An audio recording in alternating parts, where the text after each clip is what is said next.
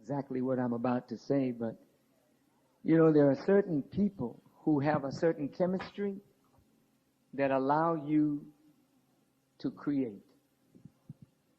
Sister Ava has the kind of spiritual chemistry that causes her to love the word of Allah. She loves Master Farad Muhammad. She loves the Honorable Elijah Muhammad. She loves the work of Islam.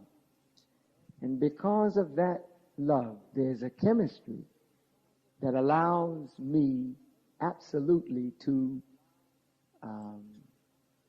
create. That's, I guess, the best word I can use. Because this material flowed as though you turned on a faucet and it just came without a lot of thought, preparation, or study. It came from the inside out based upon my study of the words and teachings of the Honorable Elijah Muhammad. But let's bring up Student Minister Ava with a round of applause. Thank you.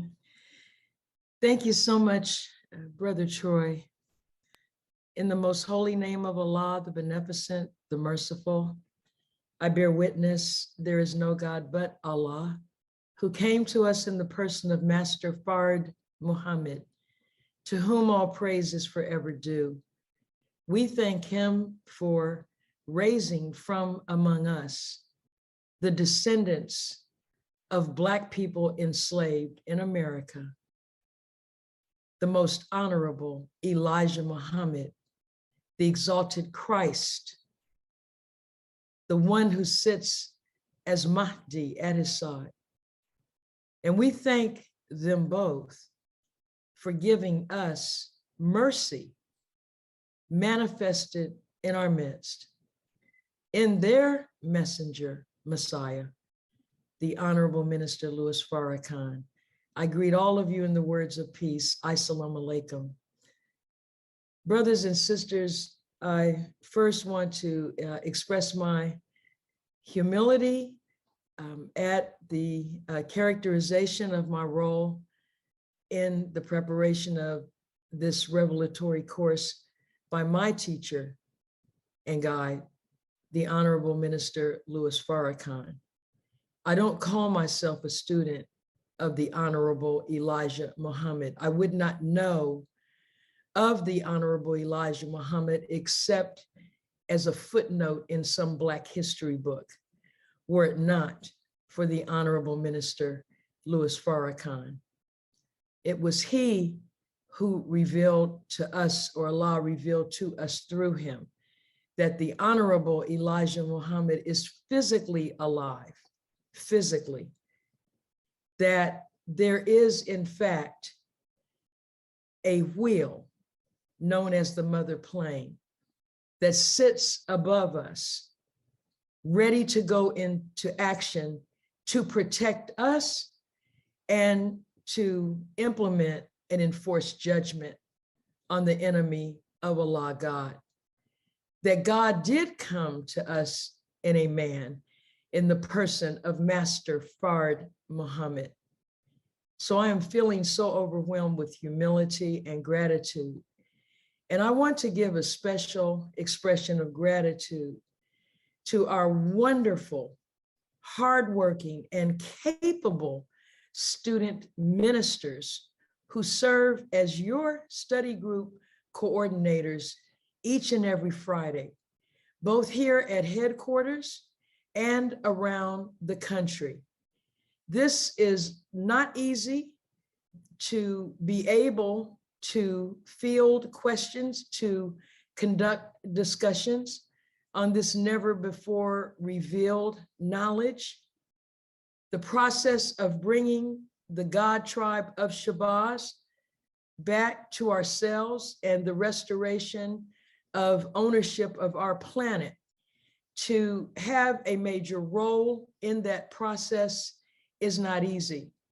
But I look at my brothers and sisters, and so many Friday nights when I was not able to be here, and many of you are aware of that, They have always stepped up and they have always demonstrated excellence. They love this teaching. They love our beloved Minister Louis Farrakhan, and they love you. They love our people. And that is why this is the way they spend not only their Friday evenings, but a great deal of time during the week. And so on behalf of the Honorable Minister Louis Farrakhan, I express much deep appreciation. Now, tonight, I have the pleasure and privilege of attempting to address some of the questions that you who are engaged in the study, and thank you for sharing your thoughts and exposing your thoughts in response to the request of the Honorable Minister Louis Farrakhan, because it is the study circle that makes this course complete. Last week, I answered several of the questions, and Brother Troy tells me it will be available on study.noi.org, certainly by tomorrow. And so I'm going to keep moving. A question is raised: what is meant by the rules of interpretation? And I will answer that from the Holy Quran, from Surah 3 or chapter 3, the family of Imran, verse 6. But then after I read the very specific response to that question, I want to go back to lead up and give the underlying explanation. This is Allah speaking in reference to this book, the Holy Quran. And he says, none knows its interpretation except Allah, period. And those firmly rooted in knowledge, they can say, we believe in it. It is all from our Lord. And none mind except men of understanding. The rule of interpretation, which the translator Maulana Muhammad Ali gives to the title of section 1 of chapter 3, the rule of interpretation is that no one can interpret the word of God but God. And so when there is one who is offering an interpretation, unless they are receiving that directly from the Lord of the worlds, they are not qualified to interpret his word. First and foremost, his word is very clear. Truth is always clear. It is falsehood coming in to mix with truth that creates confusion. So I want to go back and quickly go through these verses that lead to the one I just read, and then share with you something you may or may not be aware of. In the name of Allah, the Beneficent, the Merciful, I, Allah, am the best knower. Allah, there is no God but He, the ever-living, the self-subsisting, by whom all subsist. He has revealed to you the book with truth, verifying that which is before it.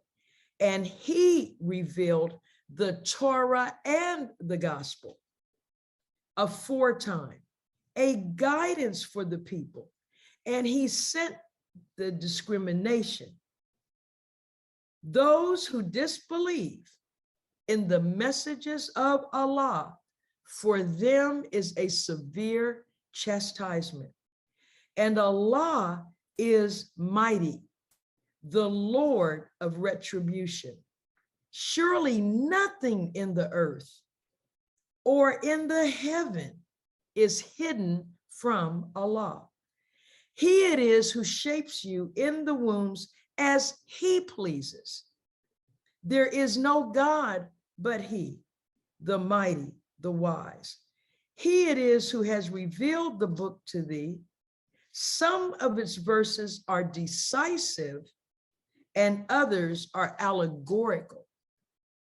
Then those in whose hearts is perversion believe the part of it which is allegorical to give it their own interpretation. Now we're back to the first sentence I read.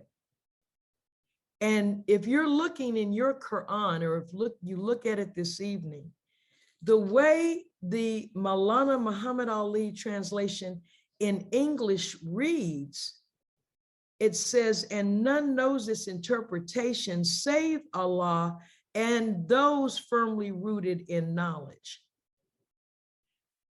When I took down study guide 19, the discussion segment, and I brought it back to Minister Farrakhan with the verses lifted from the Holy Quran, he said to me, you made a mistake. He said, that sentence should read, and none knows its interpretation except Allah, period. Then the next sentence reads, and those firmly rooted in knowledge. See, the way it reads is there's some select group of people who are firmly rooted in knowledge who know this interpretation. Well, who decides that? Who decides who's firmly rooted in knowledge? Only Allah decides that. And he is saying here, if you're rooted in knowledge, then you submit to the truth that no one can interpret Allah's word but him. And so the minister said to me, change that sentence because it reads in error. This signals to us that you are being taught and I am being taught by a divinely guided man. Because when you put a period at the end of the sentence and none knows this interpretation save Allah, period, it makes grammatical sense as well as substantive. Then the next sentence becomes with a capital A, and those firmly rooted in knowledge, they say we believe in it, it is all from our Lord. So beloved, if we're firmly rooted in knowledge, then we are willing and happy to submit to the Lord of the worlds. Now that is what is meant by the rule of interpretation.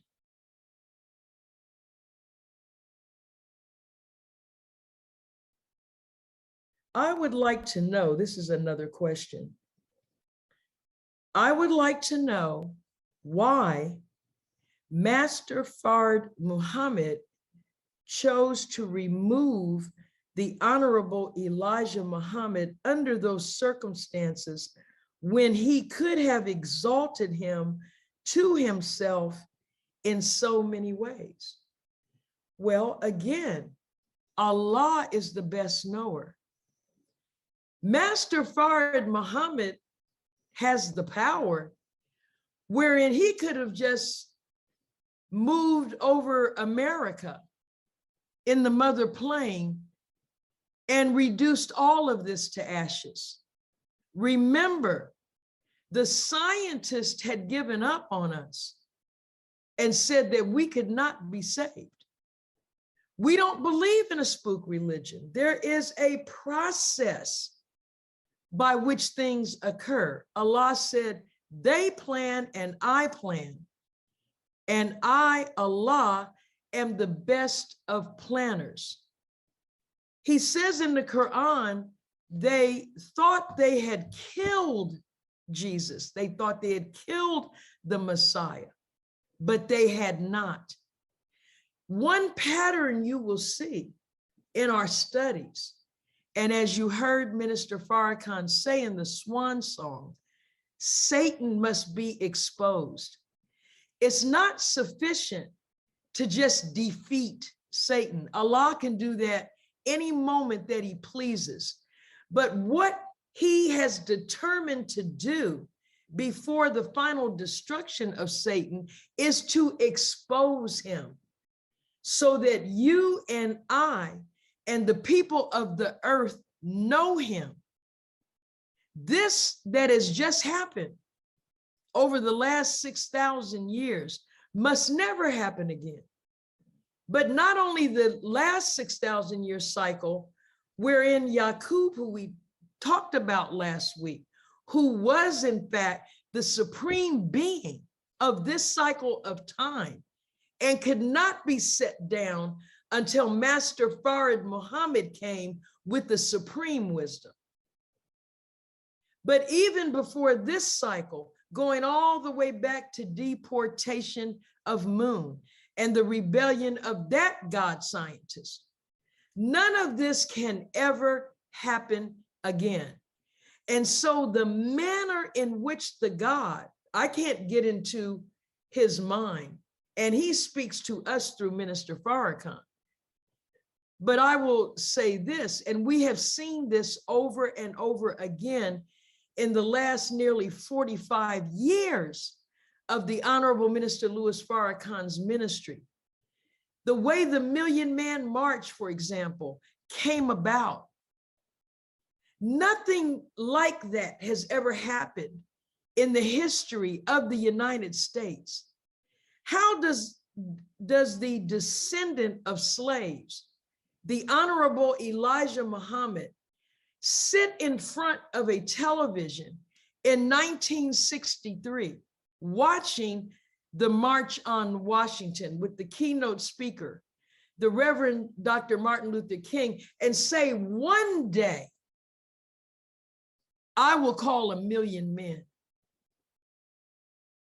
And he did it in 1995 through his student and through his national representative, the Honorable Minister Louis Farrakhan. But look at the manner in which it came about. The minister spoke it. And remember, he told us he did not know he was going to call for 1 million men. The manner in which he did it just came out. But remember, the seed had been planted by the Honorable Elijah Muhammad back in 1963. And when you love someone and they express a desire, that impacts upon you in your deepest self. And if there's a way you can make it happen, and if you have a moral compass and you want to do it the right way, that begins to take root within you. Everything that the Honorable Elijah Muhammad expressed that he desired, the Honorable Minister Farrakhan did and is continuing to do everything in his power to make it happen.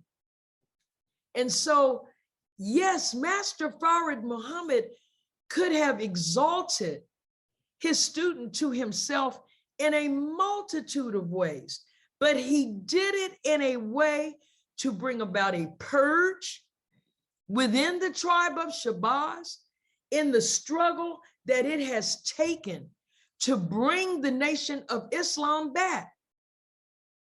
Black people in America rejected Allah's messenger. How did they reject him? They rejected him because they didn't obey him. He begged Black people, do not integrate, resist this hypocritical and false offer of integration. And we went right ahead and did it anyway. We were making progress in segregation, even though segregation is debilitating. But notice in our history, as long as we are among ourselves, we make progress, because by nature, we are a people who love God, We are a spiritual people, and we have a moral compass. But once we began to seek the companionship, seek nearness to the offspring of the torturers of our ancestors and parents, we began to take on their traits. And there was a certain point, the Honorable Elijah Muhammad said, he said, Master Fard Muhammad wanted to kill us all. And he said to his messenger, it'll just be me and you then. He begged Master Fard Muhammad for more time. And we as Black people, received message to the Black man. But ultimately, as we learned in Study Guide 18, we were not able, and when I say we, because it's all of us, even though we weren't there, but we failed the examination, we failed the test in the way we responded to the domestic life of the Honorable Elijah Muhammad. This question, in accepting the Honorable Minister Louis Farrakhan as the example, as the Most Honorable Elijah Muhammad asked us to do, isn't it natural for those who follow the example to begin growing into what he is? It's natural if we follow the Honorable Minister Louis Farrakhan's example to begin growing into who we are. He has made a path of light in the darkness to show us the way for each and every one of us to fulfill our individual purpose. You have one. I have one. We're not here by accident. Allah consciously and deliberately brought you into existence using your mother and father as the agents. And he brought you and I into existence to be here in the fullness of time. We are coming to the end of a cycle of time, and we are present for the coming in of the kingdom of God. So it is critical that we come into contact with and move toward the fulfillment of our individual divine destiny. And so in this study course, Minister Farrakhan has opened his heart, his mind, and shared with us narratives of his life, culminating in the swan song.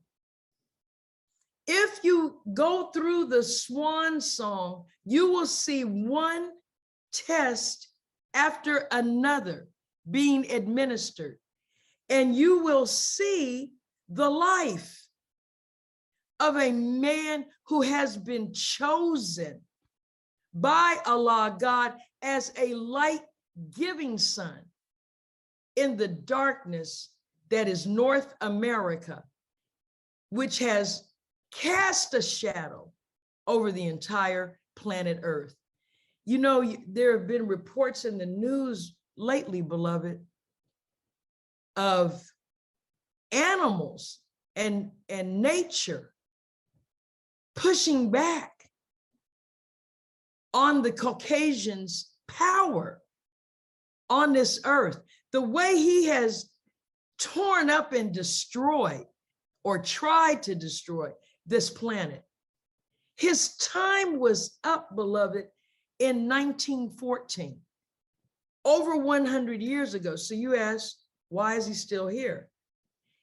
He's here because Allah is showing love and mercy to us, because we continued all the way up to now to many of our people to think of the Caucasian and to see him as God besides Allah.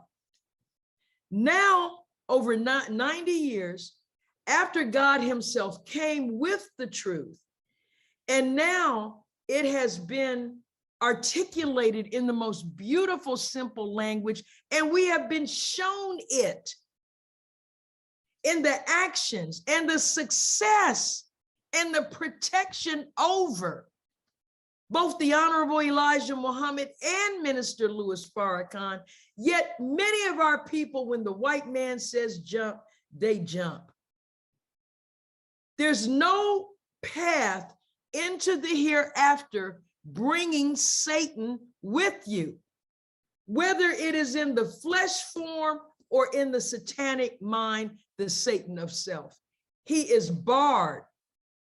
His days are numbered. The Caucasian people had a time certain that they came into existence. When you have a definitive beginning, you have a definitive end. Allah God and us, the original people, the God tribe of Shabazz, we had no beginning, and therefore we have no ending. And so it is crucial that we take seriously and take to heart the example being given to us in real life in a man that's among us. Him being among us is Allah God eliminating spookism, not having him distant and disconnected so that we can make an excuse. The white man made Jesus the child of a ghost. He said that Mary was impregnated by wind and air, a ghost. So if you can be led to believe that, then you know in your heart of hearts, I can never be like Jesus. I don't care how much I sing it in the church, because my father was not air. My father was a flesh and blood human being. Master Farid Muhammad is the child of human beings. The Honorable Elijah Muhammad is the child of human beings. Minister Louis Farrakhan is the child of two human beings, a man and a woman. This, on a subconscious level, makes you know right away that you're capable of achieving in your sphere what he has achieved in his. This question is, before Allah created the planets, did he have a physical form? And if so, how did he sustain that form? We are taught that he created himself from an atom in the triple darkness of space. This atom had the desire to exist, to be. And this atom took 6 trillion years to bring itself from a tiny atom into a full form of what we know now as a man, a human being, a black man. Black, that's not a racist concept. It's physics, it's law, it's biology, chemistry, physiology, everything else, mathematics. He created himself from the material that he came out of. If you're making a dress or a suit from blue fabric, what color is the dress or suit going to be? It's going to be blue. And so when Negroes and white people say, oh, you all are racist, you say God was a black man. Now, these are the people that made Jesus, who's from Africa, a white man. No, it is true. We are the originators. Our father is the originator. We are the original people. And so initially, no, he did not start with a physical form. He completed himself with a physical form. The Honorable Elijah Muhammad said he willed himself into existence. He willed the sun into existence. Now, the first thing that exists is what? Thought. The minister said thoughts are things. That means they have weight. So the course of his development, and I have no idea how this looked or came about. I'm just telling you from the teachings. First, he thought. He had to form a thought first before he even had a physical form. So this means he was pulling information out of what was surrounding him. Everything that was needed for him to create a material universe was there. It was already there, but it was hidden by the darkness. And so this little atom was so intent, so focused, so undeterred by obstacles or opposition to be, that nothing could stop it, and it kept growing and moving and evolving. And over a 6 trillion year period, man came into existence. But as he's thinking, even as he's willing himself into existence, just before he becomes a certain level, he brings into existence what he'll need to sustain himself when he reaches that level. So in the very beginning, he didn't need a planet Earth. He didn't need a third dimension or a material universe yet. But as his thoughts formed into ideas, then the ideas formed into, I should say, not formed, they called into existence, meaning called out of the darkness of space what was already there. So the Honorable Elijah Muhammad said in Theology of Time, he said the first God, the self-created God, was a warrior. He went to war. Look at that. The very first thing he did. He went to war once sufficient thoughts were formed. And remember, he said he created a brain for himself so he could think. Because having a thought is not the same thing as thinking. You need more than one thought to think.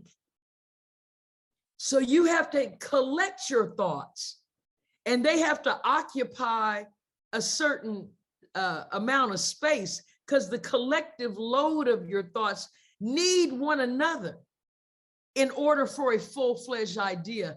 And this is why we will say of somebody or ourselves, I was scatterbrained, or my mind was all over the place. That's what we mean by that. We are not sufficiently focused to pull our thoughts together so that they can make an idea. Because once you, as an original person, have a full-fledged idea, oh, it's coming into existence. You're gonna do it. But when we say, oh, that wasn't supposed to happen, that didn't happen, blah, blah, blah. No, it's because we were not, and I'm talking to me too, we were not sufficiently focused.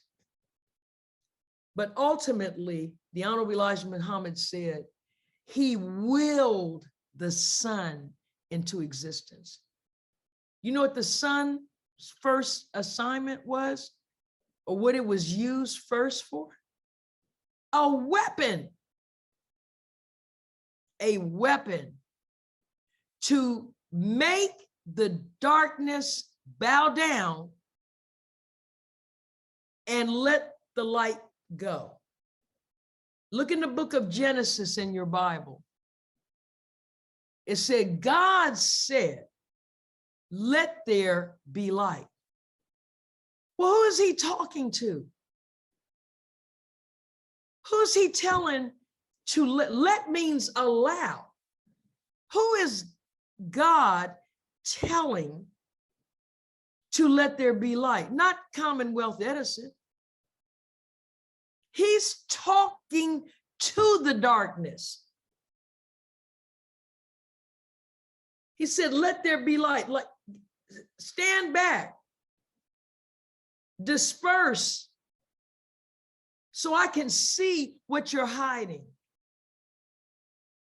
And here comes the sun.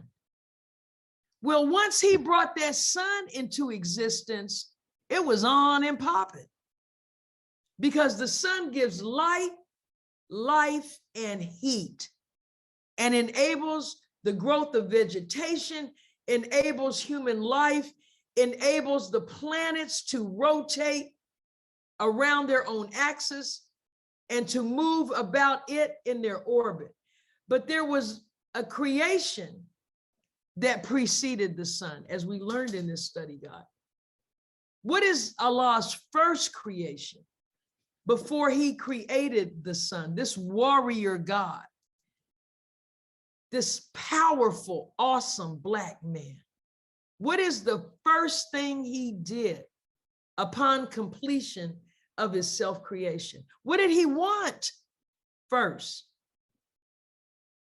He wanted, number one, to be able to do it again. That's called reproduction. Number two, he wanted to be recognized. And as we've talked about many times, you can't get satisfaction from recognition unless it's recognition from your peers, from your own kind. You know, it doesn't suffice for your goldfish to swim to you to get some fish food. Water seeks its own level. So the only place he could draw recognition from was from himself. And so we're taught in 19a, he studied himself and brought forth his second self, which is the female. No man preceded the Black woman in existence except the self-created God.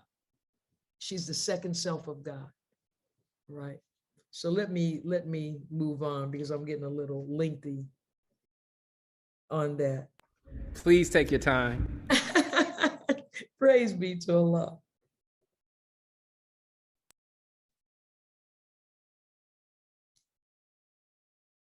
Is it proper to say Master Fard Muhammad, the great Mahdi, is the supreme being and the supreme mind? Yes. Is it proper to say Honorable Elijah Muhammad, the great Messiah, is a God and is the eternal Christ? Yes.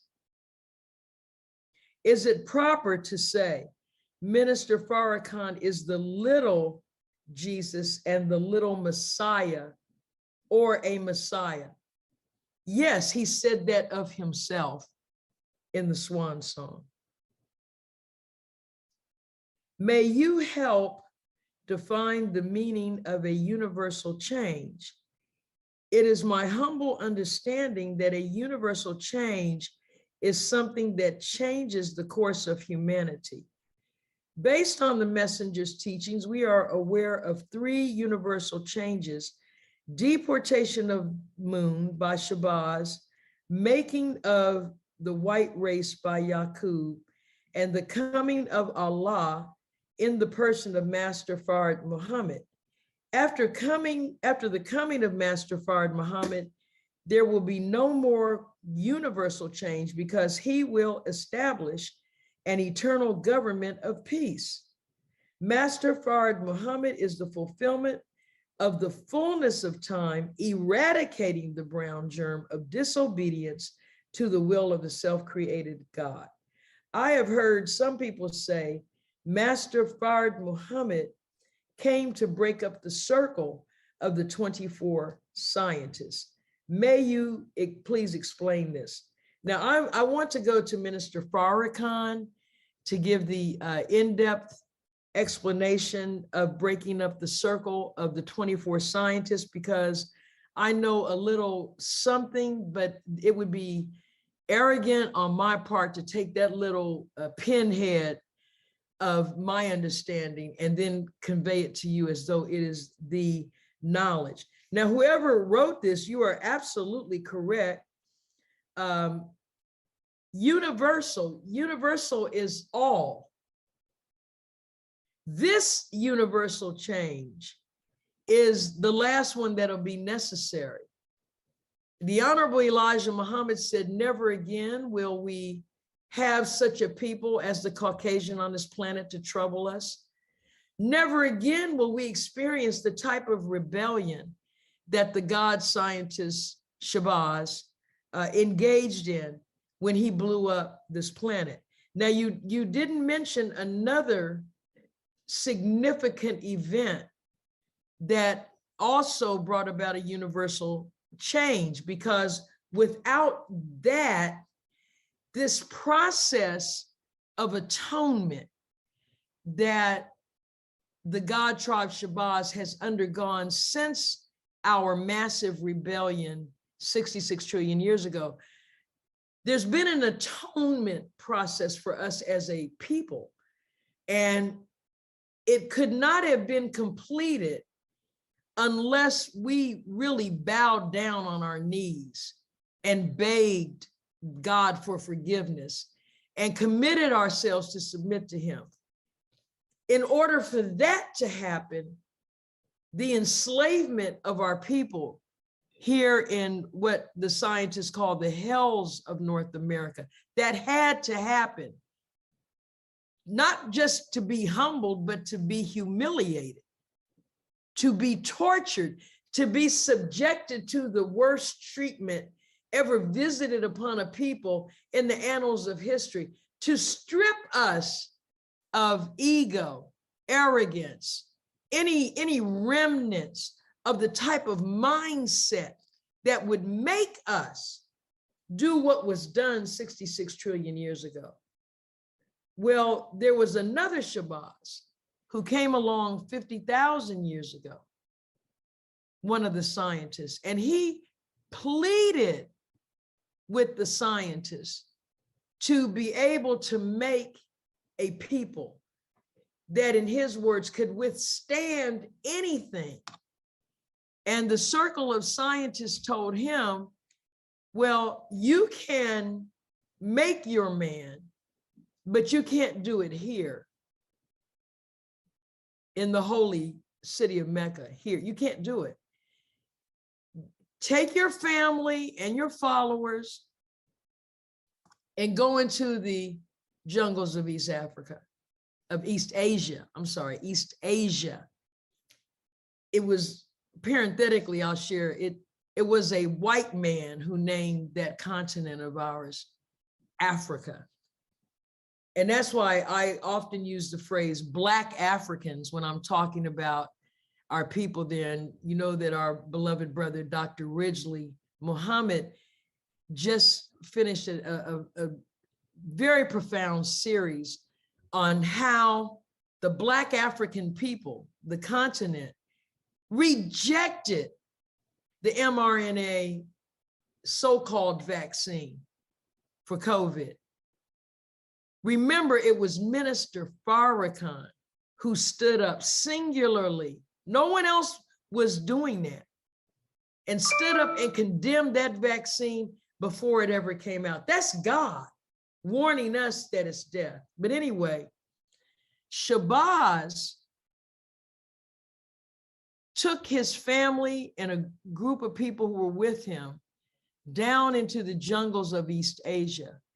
And over a period of 50,000 years of not only surviving in the jungle, but dominating the environment, a people so strong, so powerful evolved, though we began moving away from civilization. But we became so physically powerful. The Honorable Minister Louis Farrakhan said, had he not done that, we could never have survived slavery had he not done that.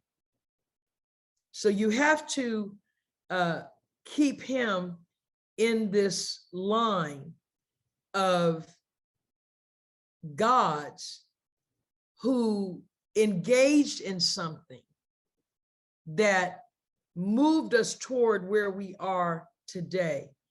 And now we stand poised to receive the full gifts of entry into the kingdom of heaven. Because as the minister said, slavery reduced us. It took us to our knees and we cried out for God. We wanted to obey him again, to submit. We said, oh, please, God, spare us. He heard our cries and he came in the person of Master Fard Muhammad. Regarding the honorable minister's statement that the virus being a pestilence from heaven, is the heaven here with regards to the woman? Is the handling of the woman a reason for the pestilence?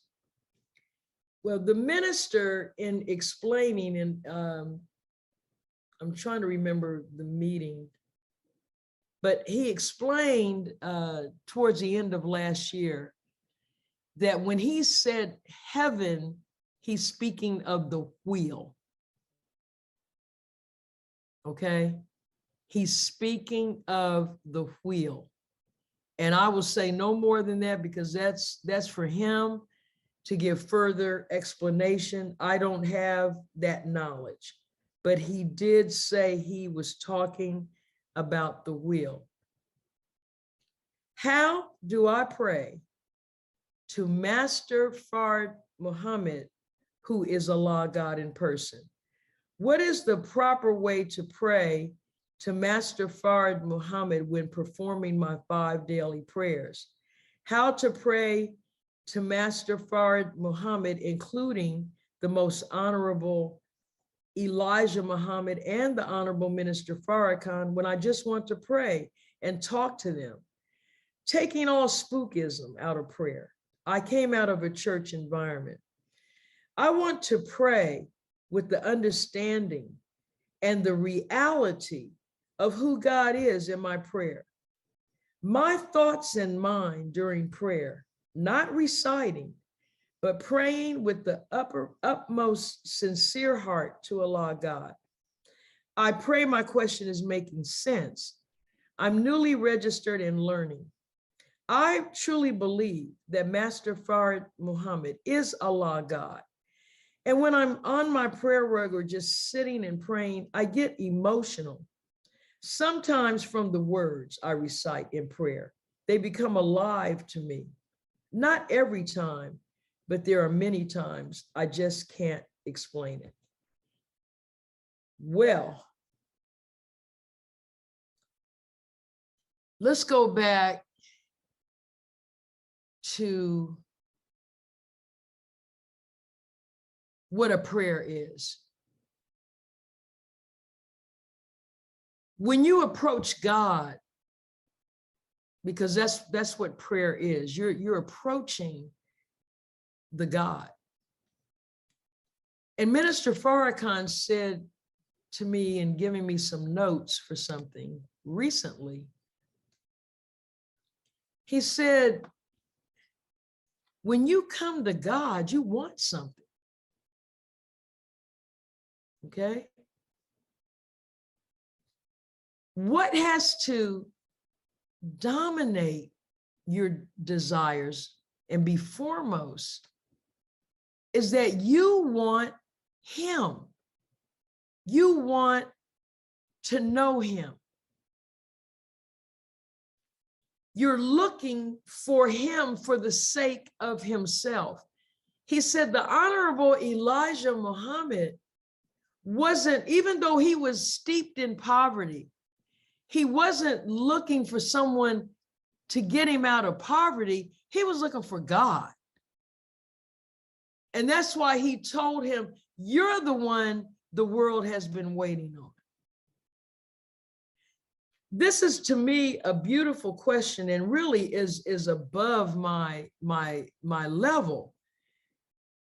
You know, this question or commentary, you know, it makes my heart sing, because we're returning to reality.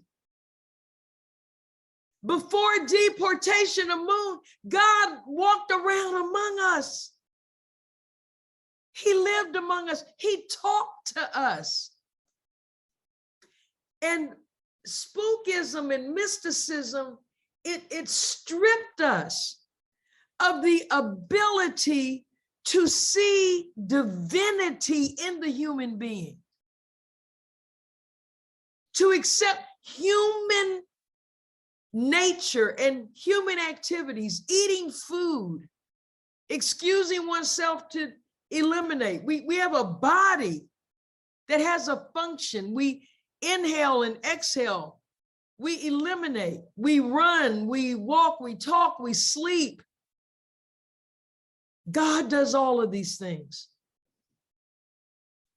And so, yes, beloved, the recitation and the rakahs, Minister Farrakhan has explained to us, we had to develop a ritual and a practice and laws so that we could stay at least within the limits of acceptability to God during Satan's rule.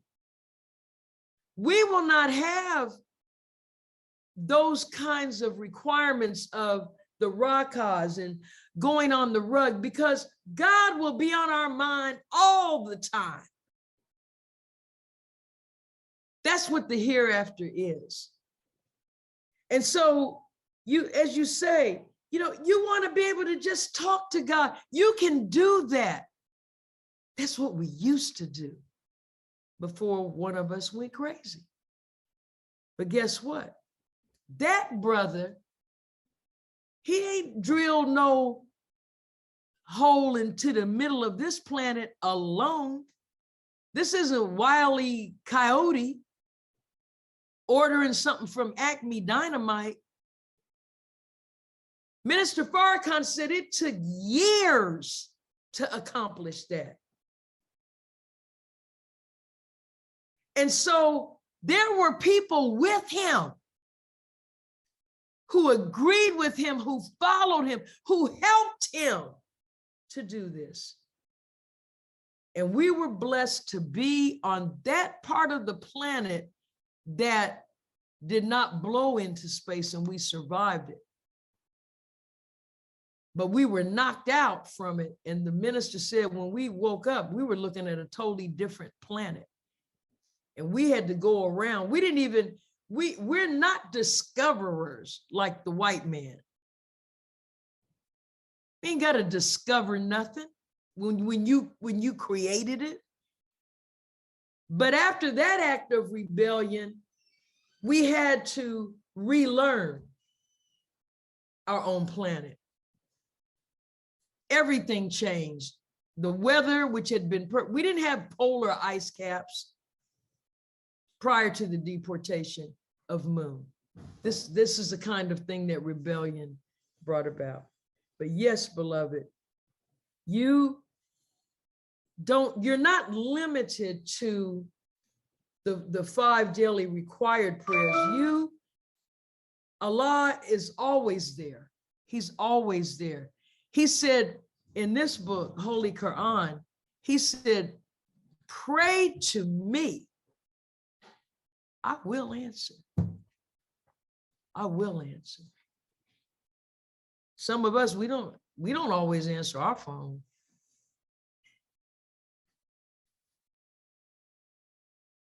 And then we have, this was the question I answered last week. What was here before, I just passed that, the one about Yaqub. Okay. What was here before God created himself? The triple darkness of space. We're not talking about this dark we're taught by the Honorable Minister Louis Farrakhan, not this dark we call dark on this planet. He said, that's just shadow. Triple darkness, so black, it's layered. So black, you can feel it. You can touch it. You can move it about. You can create something from it, which is what he did. He created himself. After Allah created his second self, parenthesis, woman, what role did she play in the creation of the universe? Allah has no associates. However, the second manifestation of himself is not an associate. That's correct. She is an extension of him, but 1 degree removed. Is that correct? Yes. His secret is in her. Did his second self create or cultivate the plants, for example, after he created earth? Women and girls in general have a fondness for flowers on a level that is more intense than men and boys. So I've wondered what role, if any, his second self had in creating them. I am a sister, smile. Well, the male loves flowers too. He loves flowers, and he loves giving you flowers. What is the role of the female first and foremost? Yes, her womb replicates the womb he came out of, which is what we just talked about, the triple darkness of space. He went through 6 trillion years. Each of us, every one of us, came through the triple darkness of the womb of our mother. There's no light inside the womb. So our own birth replicates that. Without the woman, there's no replication of the creation. That's her role.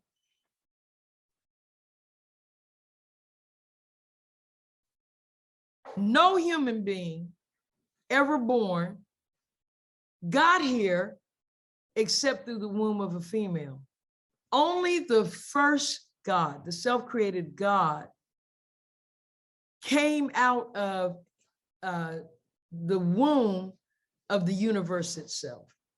And yes, in his subconscious mind, he stored the knowledge of how he did all this. So he put the knowledge of that in the female, or the subconscious mind, the second self. That's where the knowledge of his self-creation is. So this is a powerful role. What role does the female play in preventing the Judas factor? Anybody can be a Judas. The one who went down in history as the traitor to Jesus, who gave Jesus up to the enemies, who took that step, that final step that led to the crucifixion. Remember in the Swan Song, the Honorable Elijah Muhammad told Minister Farrakhan, you have one more thing to do. And remember, he said he has tried to do everything to do that one more thing. And now he realizes it. When he got to the end of the Swan Song, there's only one thing left, and that's the crucifixion. Since 75% of the work is with us, and the work is the resurrection, we have a profound role, because we shape the moral compass of the men through our conduct and through our loyalty, through our being true to the God. So yes, we can affect that. In the Bible, it said only one man stood with Jesus through the crucifixion. All the other men ran away. But John is not, because that was prophetic. John is not literally one person. He's a type. If you read the book of John, John was a cousin of Jesus. If you read the book of John, a very spiritual man. And we've gone over the fact that the other three gospels, because you have Matthew, Mark, Luke, and John, there's only four, but there are a multitude of gospels, many of them written by women. Jesus had female disciples, female ministers, among them Mary of Magdalene, who is presented in the Bible and there's nowhere in the Bible does it say she's a prostitute. It's in Christianity as developed by Pope Gregory and the Roman Church, the Christianity, the white Christianity that they developed. But there are biblical scholars who say that not only was she a minister, she was a wife of Jesus. But that's another study. The point here is the woman has profound power to help move us forward in our atonement process and in our obedience. But it is determined that there will be a betrayal.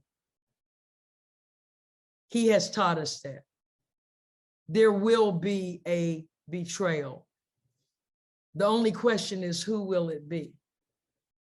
And remember, it's not an individual, just an individual. You see Judas in the Bible. He is a person, but he's a prototype. So it can be anyone. But what is shown to us in the Bible are certain character traits that lead to betrayal. One of them is greed.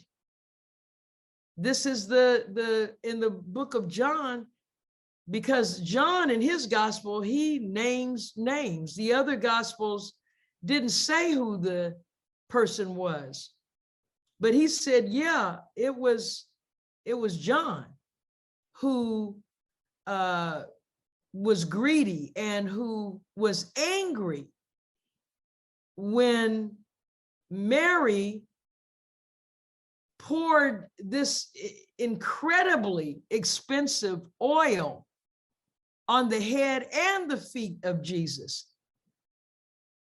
This fragrance, which I think comes from a flower or a plant that's still in Iraq to this day. I think it's called nard. I have to go back and look.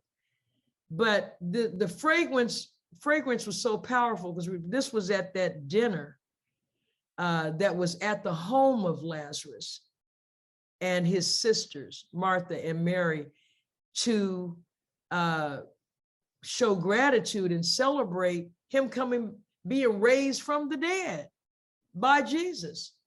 That's what they were having dinner. And it was like a celebration, like you would go to someone's home for dinner, people sitting around talking, enjoying themselves, eating. And John said in his gospel, when Mary poured that oil on the feet and the head of Jesus, the people were murmuring. And Jesus defended her because he said she was preparing him for his crucifixion. And remember, Judas said, well, we could have taken the money that was spent on this oil and fed the poor. And Jesus said, the poor will always be with you, but I won't. And a week or so later, they nailed him to the cross. And we know, of course, that the actual facts of how he was really killed, which was being stabbed in the heart. So we've only got a couple more minutes. I think I'll do one more, Brother Troy. Let me. Praise you to Allah. Thank you for taking your time. I see people are submitting questions in the chat. Oh, okay. But we actually, since there are people who have submitted theirs in advance, if the support team, if you can put the link in there, and I'll make sure that we provide those. So we're not trying to scan through and find all your questions. We have a system in place that makes it easier so that we can be as just as possible. And we're not trying to, it's not realistic for us to scroll through and find all the questions. So if you can continue to just submit them through the link that Sister Chandra provided, we'd greatly appreciate it. Oh, praise is due to Allah. For the next, I'll do one more. For the next 2 weeks, which was a little while back, we will be taking some time to revisit Study Guide 19A, Who is God, and discuss questions 4 and 5 on page 58. Oh, that's me giving the assignment. And I'm saying in the assignment to take time to review Study Guide 19A and be prepared to expose our thoughts to one another. Now, the questioner is saying, I have not seen that message, so it is more challenging to comprehend. Do you have the message of Farrakhan? Well, the Study Guide 19A itself is actually an edited transcript of the minister's message, which he delivered at Christ Universal Temple, February 24th, 1991. But I think, or if I'm not mistaken, Brother Troy, do we have the tape, the video in our archives? Yes, ma'am. And it will be, I believe it's on study.noi.org, but if it's not, it'll be clearly available there by this evening. Oh, beautiful. I'm glad this person raised that question. All right, well, I think there's a few more, but they're very lengthy. So I think at this point, I'm going to go ahead and close out. It's 15 minutes before the hour. And again, I'm so humbled that the brothers and sisters trusted me to give some little bit of insight into some of the things surrounding this study guide. Again, and Brother Troy, should I go into that this evening or wait until next week about how study guides are done? You want to touch on it? Yeah. Oh, yeah.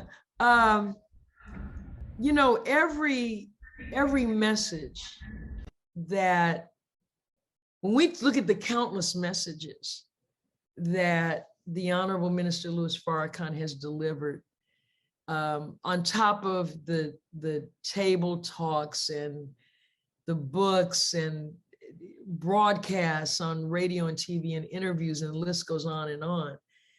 But every message that Minister Farrakhan delivers is not necessarily selected by him.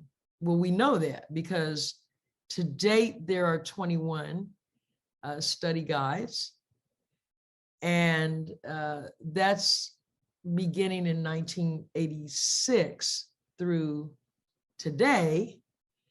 So that's very few, very few. And then in the study course itself, Brother Troy and I were going through it earlier today.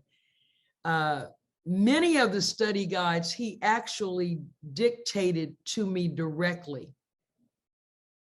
But some of them began, as did 19A, as a message. And ultimately, he made a decision that, oh, this is something we should study as part of this process. Well, Brother Troy read at the beginning of our meeting tonight, and it's in every assignment.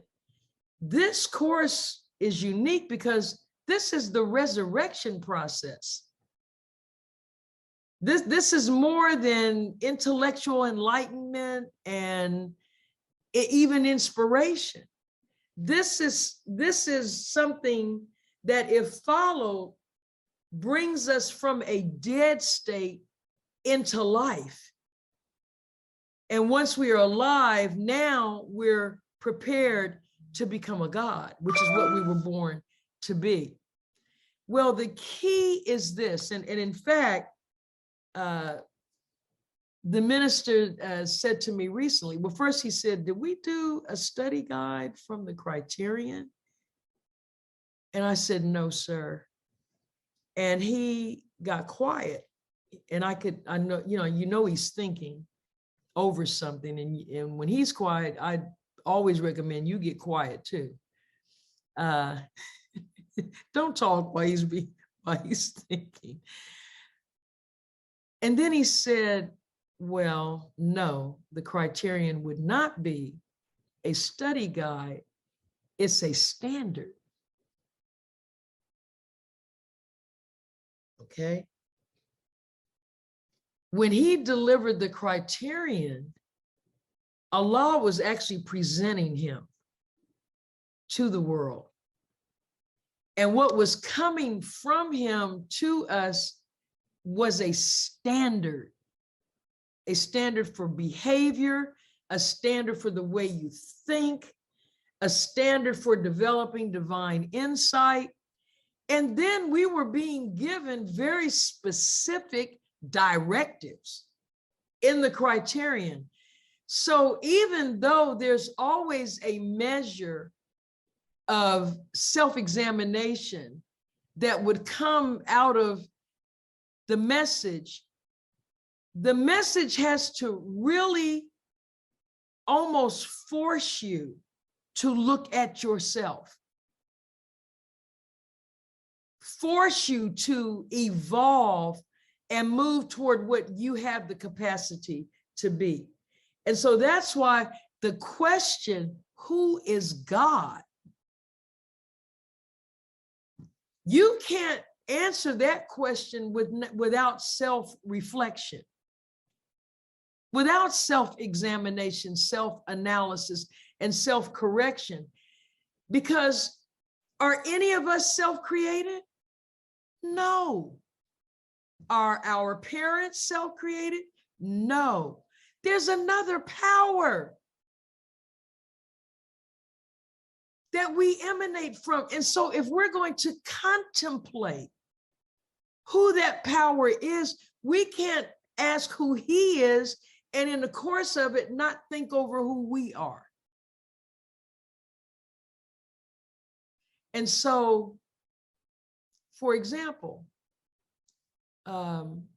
another study guide, 21,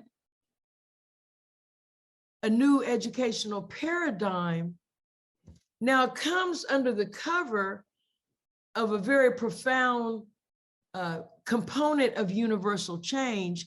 Is the white man's educational system is going to be completely obliterated. Allah sent a plague in the 1970s that initiated the destruction of the white man's educational system. See, a plague is not just illness and disease. It's bringing down this man's world in a very real way, not a spooky way. But in the educational, a new educational paradigm, Minister Farrakhan reveals the I ams of Jesus. I am the door. I am the way. I am the light. Well, again, this forces you and I to contemplate, to reflect, to see if we can handle a Black man in America letting you know, I am the Jesus. I am the Jesus. Can I handle that? I don't know if I can handle it if I don't examine myself, if I don't analyze myself, and then if I fail to accept it, correct myself. See, we're undergoing the process of purging this polytheism that we've been under, taking gods besides Allah, and then the worst offense, taking the white man as God. The first message, which he delivered in Phoenix, Arizona, in September of 1986, is entitled Self-Improvement, the basis for community development. And that's the first instance where he breaks from this standard idea that community development means you build some houses and put up some stores and banks. Horizontal growth, he talked about, versus vertical growth. And in that speech where he dealt with mixed feelings and controversy, building human potential, the struggle for balance. Remember the little bird coming out of the egg, pecking its way out, and then trying to stand. This is the nature of life. And so with that,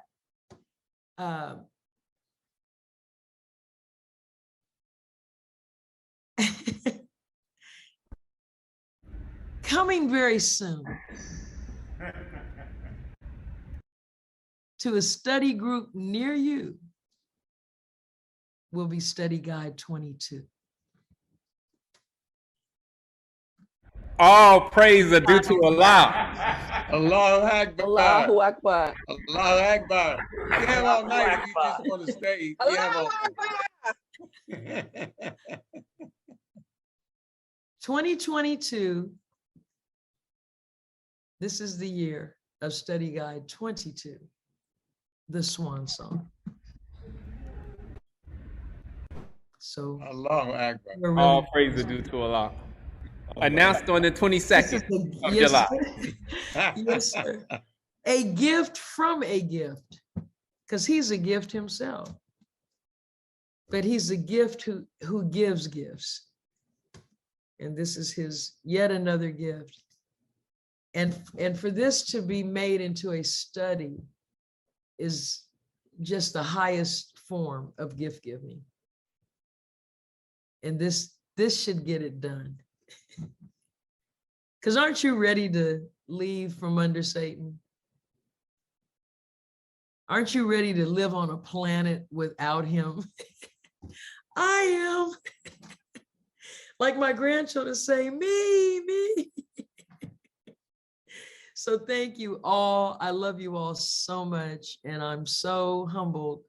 And again, thank you to the student ministers who serve as your coordinators, both here in Chicago and all around the country. May Allah continue to bless you with love and the light of understanding as I leave you in peace and turn it back over to Brother Troy.